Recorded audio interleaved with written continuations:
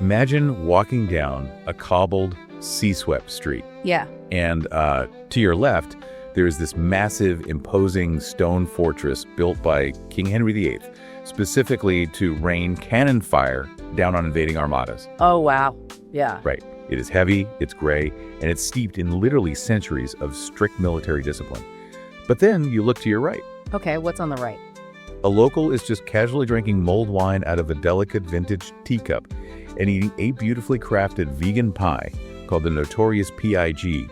Welcome to Portsmouth. I mean, it is an incredibly jarring juxtaposition, isn't it? It really is. You have this rigid, defensive, world-shaping military history just sitting shoulder to shoulder with some of the most eccentric, rebellious, independent culture you will find anywhere in the UK. Yeah, and we are so glad you're here with us today to explore it because, we're unpacking a city that completely defies expectations. So consider yourself our fellow explorer today. Exactly. Pull up a chair. We've been digging through a massive stack of historical archives, architectural reviews, and local cultural guides to really understand the DNA of this place. And then there is a lot of DNA to sort through. So much. Our mission today is to give you the ultimate insider understanding of how Portsmouth, which is a city literally built for centuries of war, has somehow masterfully repurposed its formidable bones into this quirky, thriving hub for art, indie culture, and community.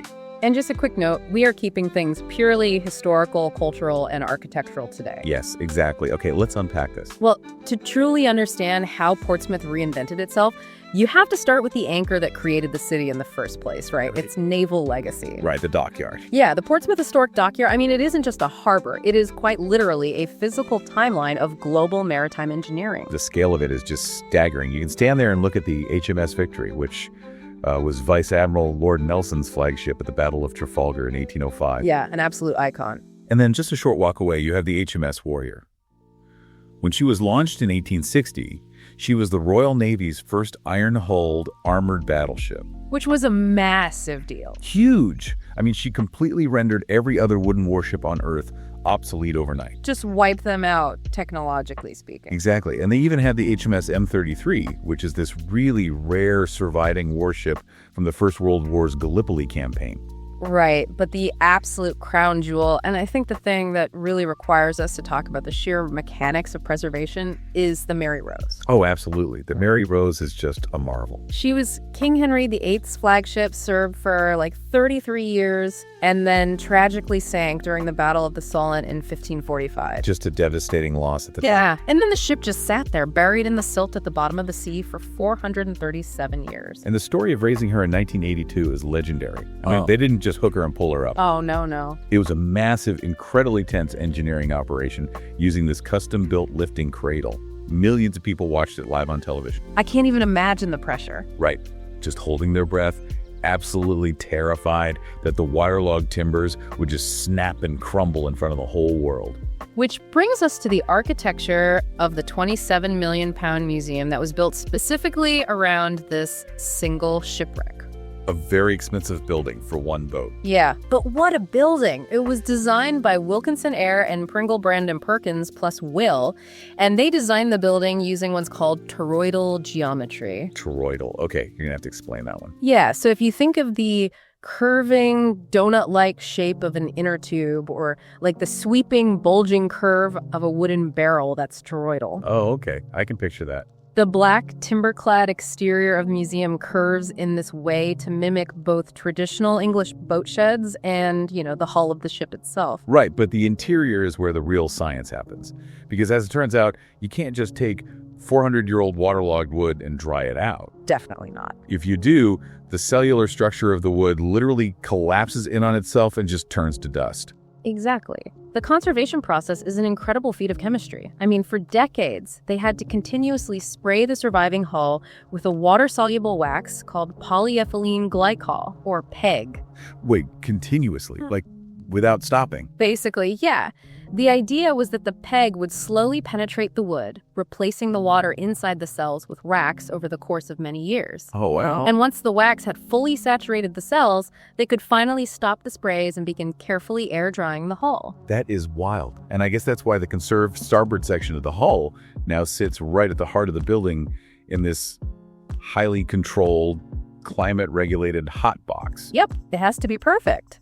It's maintaining the exact atmospheric conditions necessary to keep that wax-infused wood stable. And the interior of the museum is kept incredibly dark with these low ceilings to recreate the claustrophobic, oppressive atmosphere of being below decks on a Tudor warship. It really works, too. They even built a virtual portside hull over 3 levels. Oh, I read about this. It's fascinating. Yeah, so you walk in this narrow corridor between the actual preserved wood and a mirror image virtual side where they've placed all the original artifacts. Like the cannons and stuff. Yeah, cannons, rigging, wooden chests, all exactly where they would have been seconds before the ship capsized. It creates this deeply immersive, almost heavy psychological experience for you. It really does. It's intense. It is.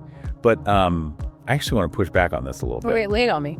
You've got this massive, dark, heavily controlled, 27 million pound building dedicated to a single ruined half ship. Doesn't that kind of overshadow the living history sitting right outside in the daylight? How do you mean? Well, I mean, you have fully intact, world-changing ships like the Victory and the Warrior just a few hundred yards away. It's like a high-tech time capsule crossed with a giant humidor right in the middle of it all. That's a great analogy, but what's fascinating here is that it actually does the exact opposite. It grounds the entire experience. You think so? Absolutely. When you walk out of the dark, claustrophobic reality of 16th century Tudor life at sea, where you've just seen the personal combs and leather shoes of sailors who drown, and you immediately step into the sunlight Right. and see the towering masts of the Georgian-era HMS Victory or the sleek black hull of a modern-day submarine, you viscerally feel the evolution of human engineering. Oh, I see. It sets a baseline. Exactly. The Mary Rose forces you to confront the harsh, fragile reality of the past.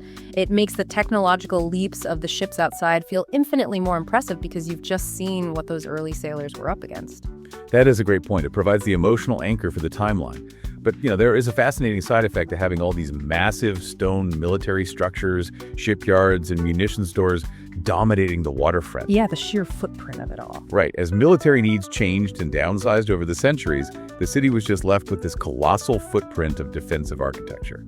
And they could have easily bulldozed it all to build modern apartments or, just let it become a crumbling ghost town. But instead, Portsmouth chose a path of creative reclamation. It's incredible. Well, it's honestly like hermit crabs taking over discarded shells. The military abandoned these massive, impenetrable stone fortresses, and local civilians just moved in and made themselves at home. I love that hermit crab analogy. Thanks. I mean, you have artists painting canvases inside rooms that were explicitly designed to withstand high explosive cannon fire. The Vulcan building at Gunwharf Quays is a prime example of this. Historically, this was a naval munitions store. Literally a building for gunpowder. Yeah. And today it houses Aspects Portsmouth, which is a contemporary art space. So you walk in, and instead of gunpowder, you're looking at cutting-edge contemporary art. Right. They host 5 rotating exhibitions a year. And recently, they hosted this profoundly touching community exhibition featuring artwork created by people living with dementia. Oh, wow. That's beautiful. It really is. There is something deeply poetic about exploring the fragility of human memory inside a building designed for the brutal destruction of war.